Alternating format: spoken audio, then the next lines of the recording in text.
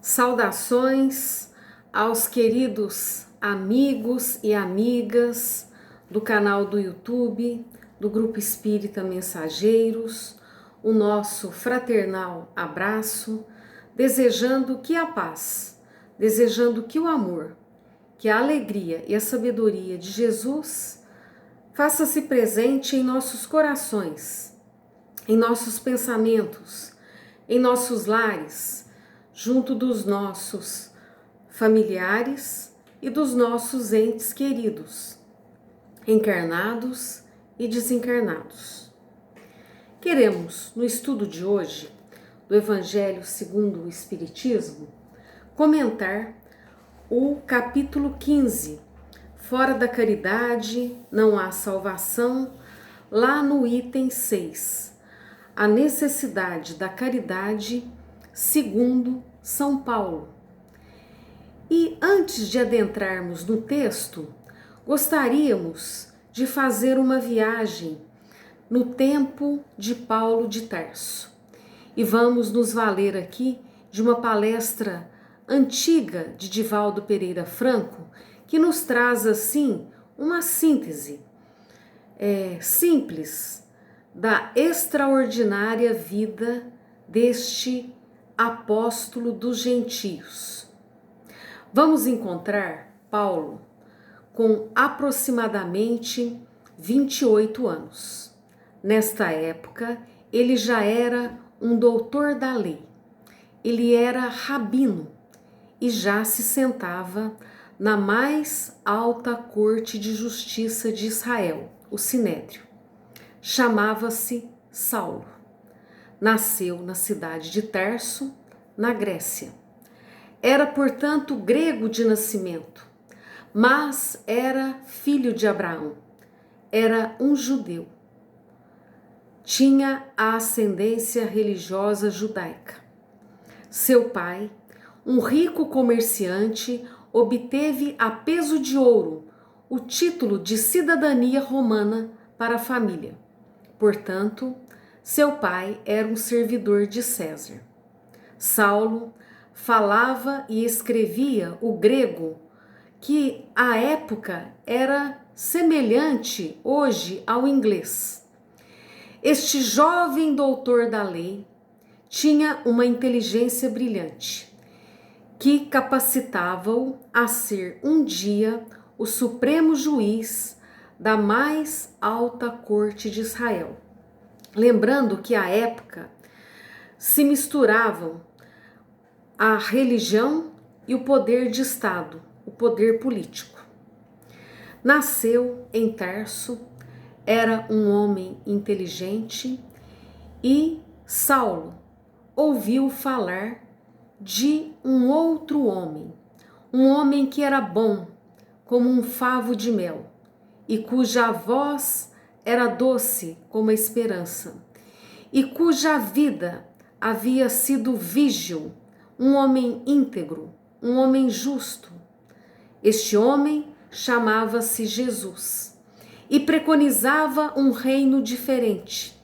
Falava de um reino de paz, de um reino de amor aos inimigos, de um reino de perdão, de um reino de fraternidade, de um reino de solidariedade.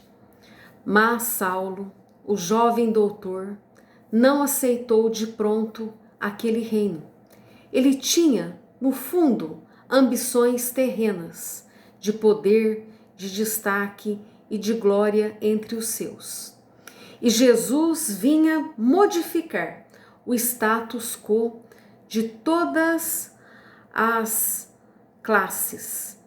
Jesus quebrava os paradigmas que eram vigentes então. Saulo, o rabino, obcecado então pelo cumprimento da lei judaica e atormentado por uma mistura de inveja, o ciúme e deixando-se guiar por entidades inferiores, perseguiu a casa do caminho e mandou lapidar até a morte a Estevão, que se tornou o primeiro mártir do cristianismo. A vida de Paulo nós encontramos ditada por Emmanuel a Francisco Cândido Xavier no livro Paulo e Estevão de forma magnífica. Mas então, o jovem Saulo resolve levar a Damasco a sua ânsia de perseguição, porque em Damasco havia um homem por cuja boca o plano espiritual se comunicava e por cujas mãos saíam farpas luminíferas que vitalizavam o organismo de doentes. Este homem era o velho Ananias. Então, o jovem doutor da lei, Saulo de Tarso, preparou uma caravana e num dia ensolarado partiu para Damasco para trazer a ferros e com as cartas de autorização do Sinédrio o velho Ananias, para que servisse de exemplo a todos aqueles que desejassem abalar as velhas tradições proféticas de Israel. Saulo desconhecia que o próprio Jesus disse que ele não tinha vindo para contrariar a lei, mas para aprofundá-la e para dar à lei o seu cumprimento.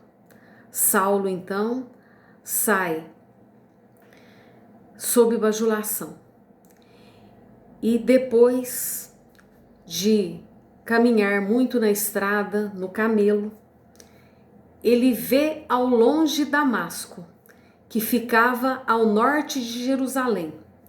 Então ele sente um júbilo e sorri, antevendo o êxito de sua missão, porque os cristãos eram pacíficos, os cristãos eram muito pacíficos.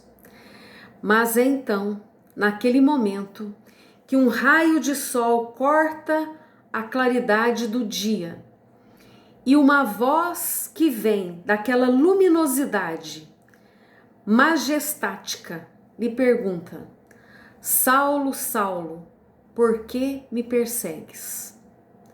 Quando aquele raio de sol cortou a claridade do dia, o camelo assusta-se e tomba-o. Saulo cai de joelhos, sem se dar conta. Ele vê a claridade, vê uma figura translúcida. Era o Mestre Jesus. E Paulo pergunta: quem és tu? Quem és tu, Senhor? E daquele sol, daquela claridade, vem a resposta: eu sou Jesus, aquele a quem persegues.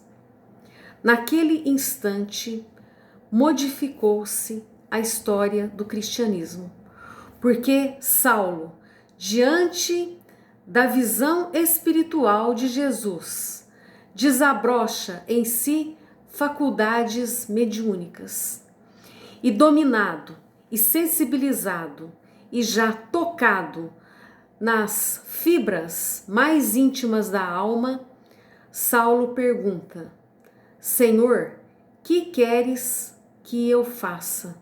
Que queres que eu faça? Então, cai de joelhos e pergunta a Jesus o que quer que Jesus, o que deseja Jesus que ele faça.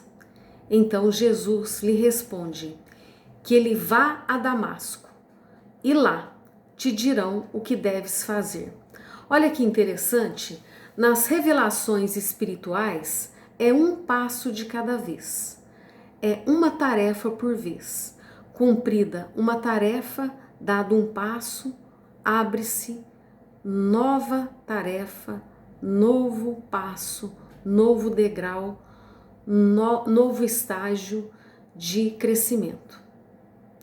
Lá, em Damasco, Paulo, cego, pensa em tudo que viveu naqueles últimos dias e pensa e reflete. Reflete e já modifica-se-lhe dentro as fibras da alma. É uma conversão. Paulo vai afirmar depois numa das suas cartas que o juízo de Deus é loucura para os homens. Os seus olhos perdem a visão, mas a visão espiritual dele se dilata. Ele tem ali diante dos olhos a visão majestosa de Jesus, a visão transformadora de Jesus. Ele se depara com a verdade, né? Aliás, há uma frase de André Luiz no livro Nosso Lar: busque a verdade antes que a verdade te surpreenda. E Paulo vai receber de Ananias a cura para a sua visão e o primeiro norte, os primeiros ensinamentos, porque Jesus vai a Ananias e pede que Ananias cure Paulo. Cure Paulo. E vai dizer a Ananias que Paulo é o vaso escolhido para levar em seu nome perante os gentios, perante os não-judeus, perante toda a civilização conhecida. E Jesus vai dizer a Ananias: e eu lhe mostrarei o quanto é necessário padecer pelo meu nome. Segundo os estudiosos, se não fosse Paulo de Tarso, talvez a mensagem do Cristo não chegaria aos nossos dias. Ele pregou fora da terra de Israel, pregou aos que não eram judeus, pregou nas cidades da Ásia Menor, da Turquia, da Grécia, em Roma. E Paulo criou a internet do mundo antigo.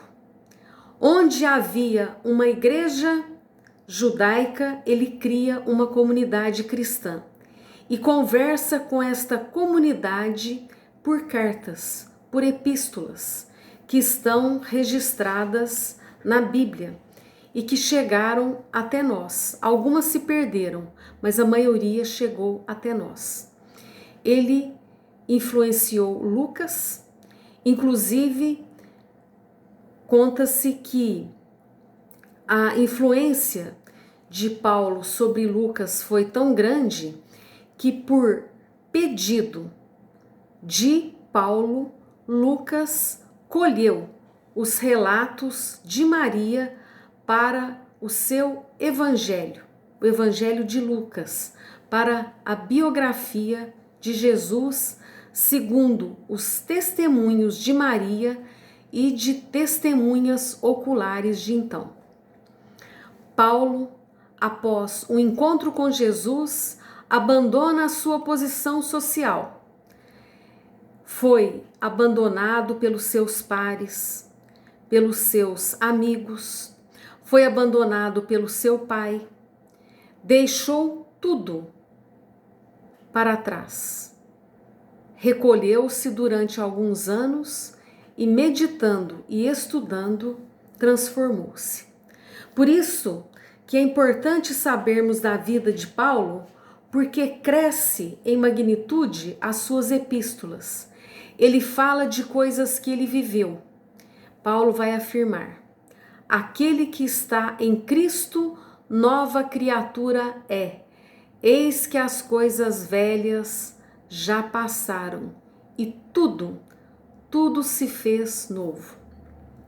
Certa vez, Paulo, pregando em uma cidade e libertando uma mulher da influência perniciosa de um espírito, foi acusado de tumulto e sentenciado a levar 40 chibatadas e ir para a prisão.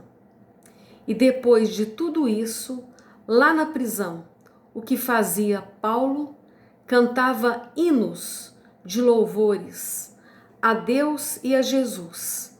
O carcereiro, vendo a força daquele ser, comovido, libertou. O guarda da prisão, libertou. Exemplificou o de tudo dai graças, porque tudo concorre para o bem. Chegou a dizer: eu sofri privação e também vivi na abundância. Em tudo fui experimentado e posso todas as coisas em Cristo Jesus que me fortalece.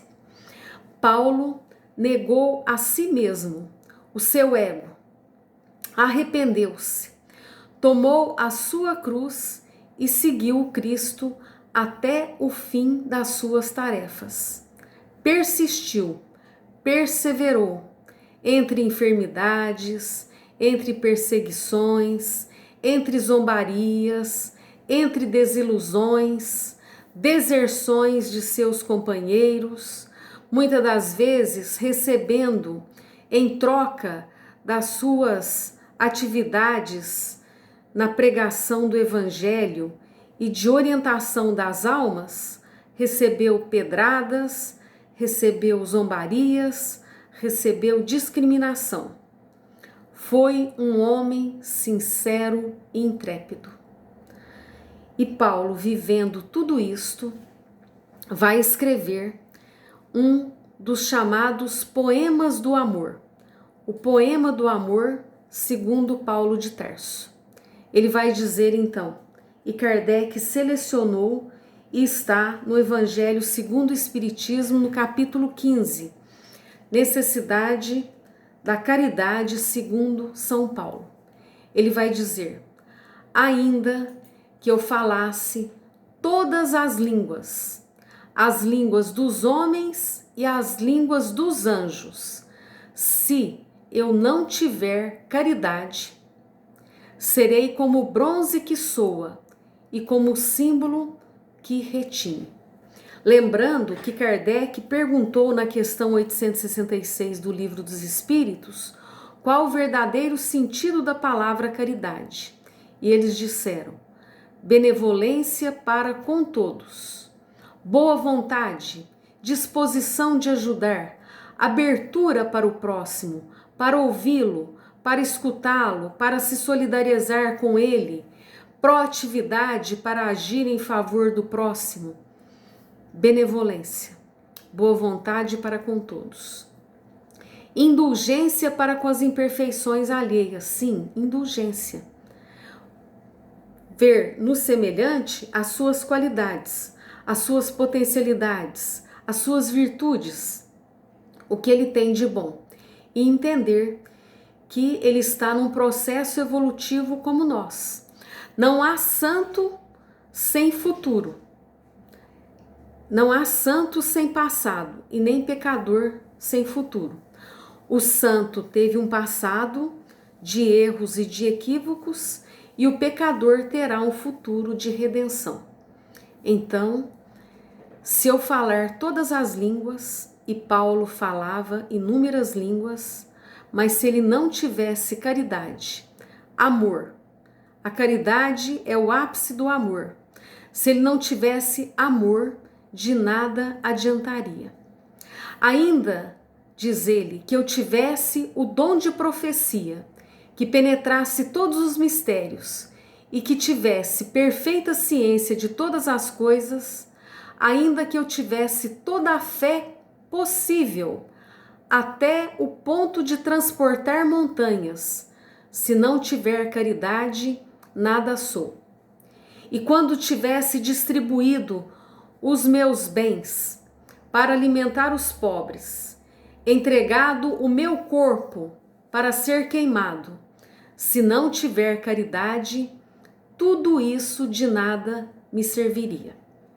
E aí, Paulo nos explica o que é ser caridoso. Ele vai dizer: a caridade é paciente, é branda, é benfazeja. A caridade não é invejosa, não é temerária, nem precipitada. Não se enche de orgulho, não é desdenhosa. Não cuida de seus interesses, não se agasta, nem se azeda com coisa alguma. A caridade não suspeita mal. Não se rejubila com a injustiça, mas se rejubila com a verdade. Tudo suporta, tudo crê, tudo espera, tudo sofre.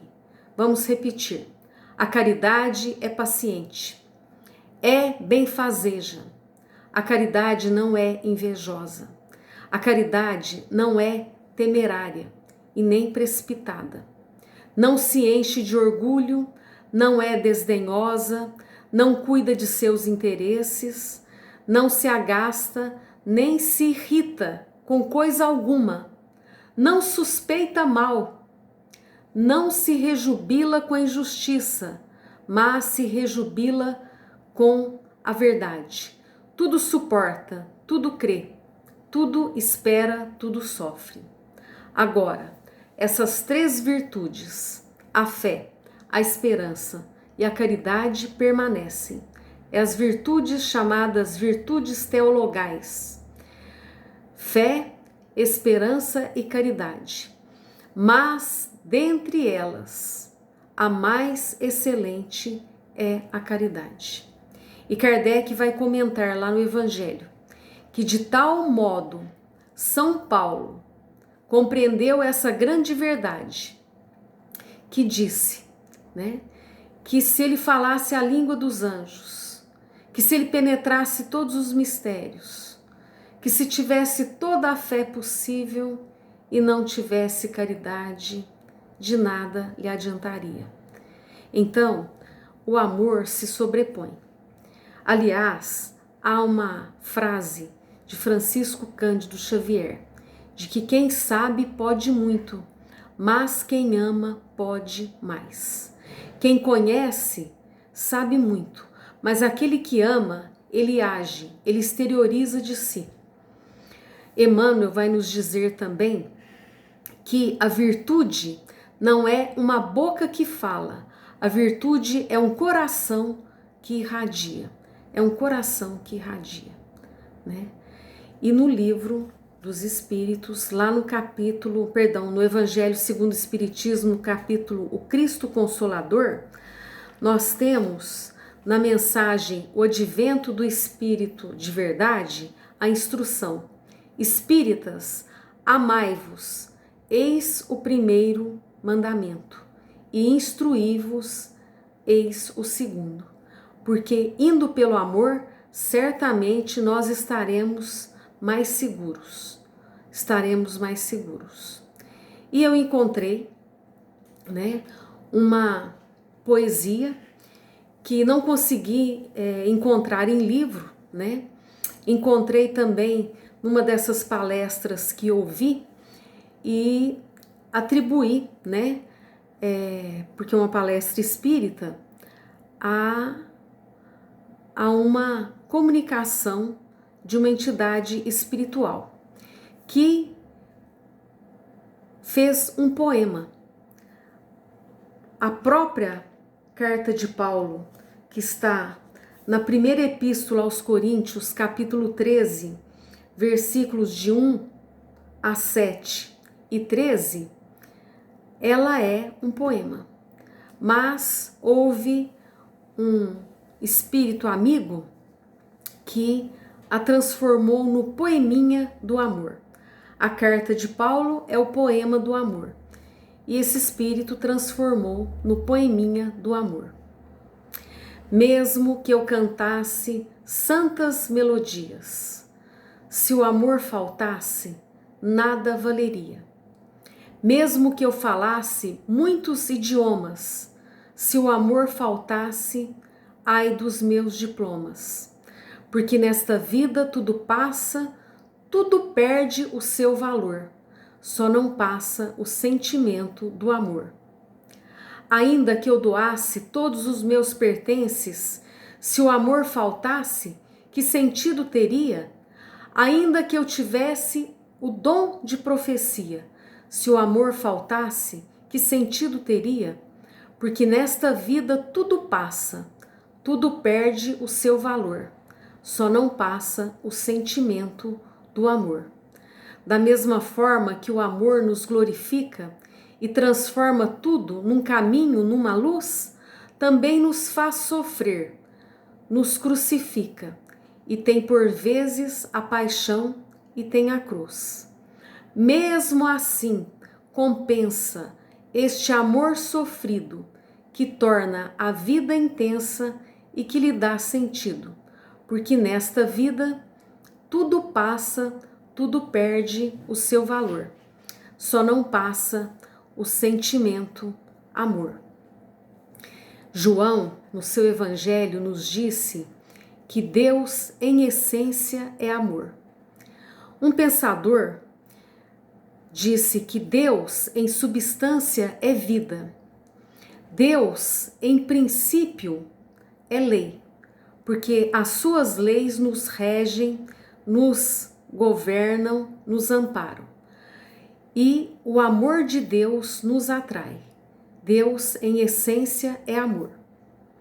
E se nós dizemos amar a Deus e não amamos ao nosso próximo, João nos diz que somos mentirosos, porque como podemos dizer que amamos a Deus que não vemos, se não amamos o nosso próximo que vemos? É o maior mandamento. Amar a Deus sobre todas as coisas e ao próximo como a nós mesmos. Se Deus é a nossa meta, o próximo é a ponte que nos liga a Deus. Se Deus é o nosso objetivo, o próximo é o meio por qual atingiremos a Deus. Então, essa tríade, nós, o próximo e Deus, amando o nosso próximo, aplicando na nossa vida a regra áurea, fazendo aos outros aquilo que gostaríamos que nos fosse feito, compreendendo, entendendo, amando, como nos diz a oração de Francisco de Assis. Compreendendo, seremos compreendidos. É a lei da compensação. Mas primeiro, parta daqui a compreensão. Perdoando, seremos perdoados. Amando, seremos amados. Porque é dando que receberemos. E é vivendo para nós, colocando o nós na frente do eu, que alcançaremos a meta que Deus colocou para nós. Nas cartas de Paulo, nós encontramos lá na Epístola aos Romanos, né? Não vos conformeis com o mundo, mas transformai-vos pela renovação do vosso entendimento, para que experimenteis qual seja a boa, a perfeita e a agradável vontade de Deus para a sua vida. Que o amor de Deus, que o amor de Jesus, que este amor dos benfeitores maiores, dos amigos, chegue até nós, que nos acalme o coração e que nos fortaleça a vontade de perseverarmos hoje e sempre na melhoria de nós mesmos e na construção de um mundo mais harmonioso, mais feliz, mais fraterno. Muita paz a todos. Eu espero que todos tenham colocado lá a sua água, que os benfeitores amigos possam magnetizá-la, colocando nela o lenitivo necessário para todos nós. Colocamos nela o remédio salutar para as nossas angústias, para as nossas incertezas, mas que confiemos em Deus, entregando-nos a Ele e seguindo os ensinos de Jesus e todos aqueles que deixaram o seu exemplo em vida de confiança em Deus, em Jesus, como Paulo. Muita paz a todos e até o nosso próximo encontro. Fiquem todos com Deus.